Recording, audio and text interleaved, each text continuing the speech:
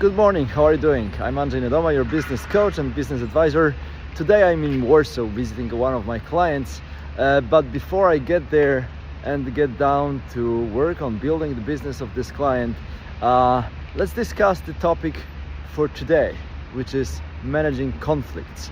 And this is a very valid topic if you think about the life of a CEO, founder or top level executive. There often comes, maybe not often, but there is always a situation where the conflict starts, where your team members starts to argue, and there is some misagreement between them. And I often am challenged by this question by the leaders that work with me, by CEOs, founders that contact me at different opportunities, what to do in this situation. Because on one side, lots of founders I know, they prefer to avoid conflict. On the other side, there are those that kind of get engaged into the conflict too much. So what's the right way? What's the right balance? How shall we behave? And by the way, this is not something that came naturally to me. I surely was on this side of avoiding the conflict for many years in my life, and quite frankly I hate it. So this is something that we can learn. I think this is the good news. This is something that we can learn and that we should learn as leaders, because conflicts will be there and we cannot avoid this type of situations. We'll surely not be in the perfect scenario where everyone agrees with everyone else and we all want to go in the same direction always. There will be conflicts. So how do we deal with this as top-level executives, as CEOs, as founders, to maintain the integrity of the team, to maintain the alignment on the goal of the business, and to keep the team together so that we can efficiently work towards the mission and the vision that we have set to ourselves?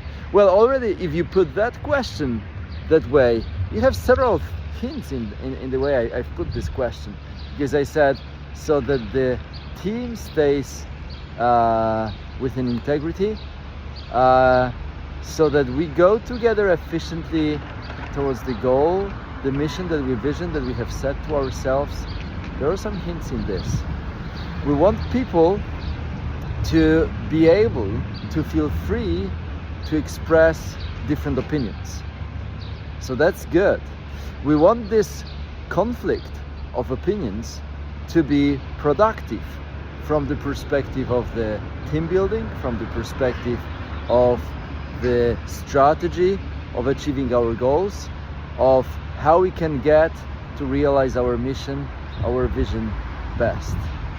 So this conflict can be constructive and probably has some very positive outcomes if you think from the perspective of the business, the mission, of the goal. If this is run properly, what does it mean? Well, we want people to respect themselves, and I think if we want the freedom of expression, the freedom of opinion, we need to give them the space for that. And the space is typically created and defined by mutual respect of all the team members, everyone involved. So whatever we create or whatever we are conflicted about should not be about us personally, but about the topic, the strategy, the steps. We would separate the emotions from the object of the conflict. We want to create the culture of a constructive conflict, but we would like to avoid the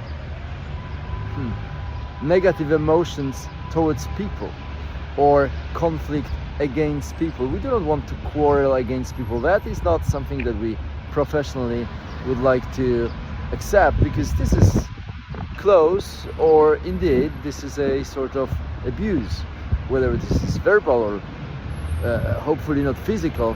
We don't want that in business, and we don't want to have people in the team who are disrespectful towards others, because this is the behavior that we cannot tolerate.